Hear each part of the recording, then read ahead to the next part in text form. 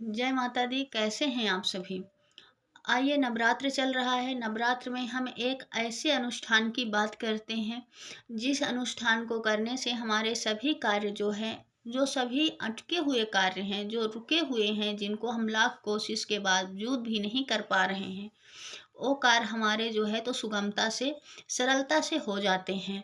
तो माता रानी जो हैं तो वो भी भगवान राम के नाम का ही जाप करती हैं। राम नाम की तो इतनी महिमा है, और राम नाम क्या मतलब कि इतना बखान है कि स्वयं शेष भगवान भी नहीं राम नाम की महिमा का बखान कर सकते हैं। तो मैं भला कैसे एक आदान सी इंसान हूँ, कैसे कर सकती हूँ।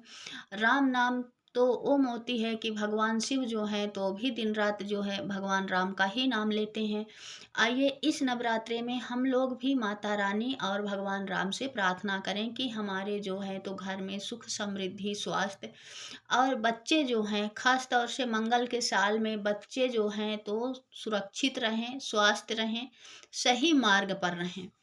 तो आइए, पहले हम लोग जहाँ पे माता रानी को बैठाए हैं वहीं पे बगल में भगवान राम का जो है तो राम दरबार की चौकी रखेंगे और वहाँ पे भगवान राम को आसन देंगे। भगवान राम को विराजने के बाद जो है राम दरबार की फोटो रखने के बाद उनकी पूजा करेंगे, पंचोपचार पूजा आप सभी को पता है। उसके बाद जो है तो संकल्प लेंगे, क्योंकि बिना संकल्प के कोई भी पूजा पूर्ण नहीं होती है। तो संकल्प के लिए हाथ में, सीधे हाथ में आप जल और अक्षत, फूल, और अगर मुद्रा, अगर बजट है तो ठीक है, नहीं है तो कोई बात नहीं है, चावल है हमारे पास, हम चावल से काम चला लेंगे। उसके बाद अपने पति का नाम या पिता का नाम, अपने गोत्र, कौन से गोत्र से हैं हम, गोत्र का होना बहुत ज़रूरी होता है। तो हमारा गोत्र कौन से गांव से हैं और वर्तमान शहर कौन सा है, बस इतना ही आप संकल्प कर लीजिए। और आपने किस कामना से आप ये संकल्प, यह पूजा कर रहे हो, आप अपनी कामना बोलते हुए उस जल को वहीं चौकी के पास छोड़ दीजिए। उसके बाद आपने भगवान का पूजा कर लिया, फल फूल हो गया। अब बात करते हैं राम रक्षा स्तोत्र की। हम राम रक्षा स्तोत्र का ही अनुष्ठान करेंगे, क्योंकि ये ऐसा महामंत्र है कि जो भी इसका जाप करता है उसके ज़िंदगी में रोग दोष और विपत्ति का जो है तो नाम ही नहीं रहता है। उसके घर से कलह पूरी तरह खत्म हो जाती है, क्योंकि कलयुग के केवल राम आधारा, नाम आधारा, सुमर सुमर नर उतर ही पारा। तो कलयुग जो है तो सिर्फ भगवान के नाम का ही सहारा है, और कुछ भी हमारे पास नहीं है, क्योंकि कलयुग में तो ऐसे ऐसे कांड हो रहे हैं। आप सभी लोगों को पता ही होगा कि अभी तिरुपति बालाजी में क्या हुआ। तो इस स्थिति में भगवान हमारे बीच रहेंगे ही नहीं। तो सिर्फ भगवान का नाम ही हम लोगों को सहारा रहेगा, और भगवान के नाम के अलावा हम लोगों के पास कुछ नहीं बचेगा। तो आइए हम जानते हैं कि श्री राम रक्षा स्तोत्र का जाप और अनुष्ठान कैसे करेंगे। ये श्री राम रक्षा स्तोत्र की बुक है, आप किसी भी गीता प्रेस की दुकान से ले आइएगा। गीता प्रेस की दुकान में आपको आसानी से राम रक्षा स्तोत्र की बुक मिल जाएगी। ये जो मेरी बुक है ये इलाहाबाद की ली हुई है, और ये गीता प्रेस की नहीं है। तो आप किसी भी गीता प्रेस की दुकान से इसे ले आइएगा। उसके बाद आपके पास जितना टाइम होगा, आप 3 दिन का अनुष्ठान कर सकते हैं, 9 दिन का अनुष्ठान कर सकते हैं, 11 दिन का कर सकते हैं, 21 दिन का कर सकते हैं। जितना आपके पास टाइम हो और जैसा आपका समय हो उसके हिसाब से आप अनुष्ठान कर सकते हैं।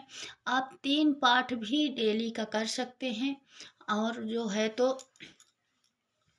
3 पाठ, 5 पाठ और 9 पाठ, अगर आप 9 पाठ और 11 पाठ कर रहे हैं, भगवान राम को 9 का अंक जो है वो बहुत प्रिय है।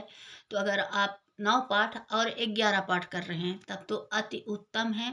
और अगर आप 9 पाठ 11 पाठ नहीं कर पा रहे हैं तो जितना आपके पास टाइम है उतना ही कीजिए, क्योंकि भगवान जो है तो सब कुछ जानते हैं, वो सर्वव्यापी हैं, उन्हें कुछ बताने की ज़रूरत नहीं पड़ती है। तो भगवान का ये जाप हो गया। उसके बाद जो है तो राम रक्षा स्तोत्र के बाद हनुमान चालीसा का पाठ करना मत भूलिएगा, क्योंकि जहाँ भगवान राम हैं वहाँ हनुमान तो हैं ही है। क्योंकि बिना हनुमान जी के भगवान राम की पूजा जो है तो पूर्ण होती ही नहीं है। तो इसलिए जो है तो आप राम रक्षा स्तोत्र के पाठ के बाद एक पाठ हनुमान चालीसा का जरूर करिएगा। ये आपका पाठ हो गया। उसके बाद आप जो है तो अगर 9 दिन का कर रहे हैं तो 9वें दिन आप हवन जरूर करिएगा। और हवन करने के बाद जो है तो आप देखिएगा कुछ दिनों में आपकी जो इच्छा है, जो आपका रुका हुआ काम है, वो ज़रूर पूरा होगा। दूसरी बात जो है तो ये राम रक्षा स्तोत्र जो है तो ऐसे ही काम करता है जैसी हमारी दुर्गा सप्तशती जो है तो उसमें दुर्गा सप्तशती में जो है तो दुर्गा कवच है। तो दुर्गा कवच जो है जितना काम दुर्गा कवच करता है वैसे ही काम जो है तो राम रक्षा स्तोत्र भी करता है। पर दुर्गा कवच में ये है कि दुर्गा सप्तशती जो है वो कीलित है, उसको हमें कीलन उत्कीलन आदि बहुत से पंडित लोग बोलते हैं कि कीलन उत्कीलन करिए उसके बाद पढ़िए। पर आप दैनिक पूजा में दुर्गा कवच का भी पाठ कर सकते हो, उसके लिए भी आपको कीलन उत्कीलन की ज़रूरत नहीं है। पर फिर भी बहुत सारे लोगों के मन में डर बना रहता है। तो सबसे अच्छा और सरल जो है तो ये राम रक्षा स्तोत्र है। वही काम करता है, वही हर अंगों की वैसे ही भगवान राम से सुरक्षा की विनती की गई है। हर चीज़ भगवान राम को जो है तो अपना आराध्य मान के आप उनके सामने अपनी कष्ट अपनी परेशानी बोलिए, भगवान जो है तो आपकी ज़रूर सुनेंगे और आपकी मनोकामना जो है तो ज़रूर पूर्ण होगी। जय श्री राम।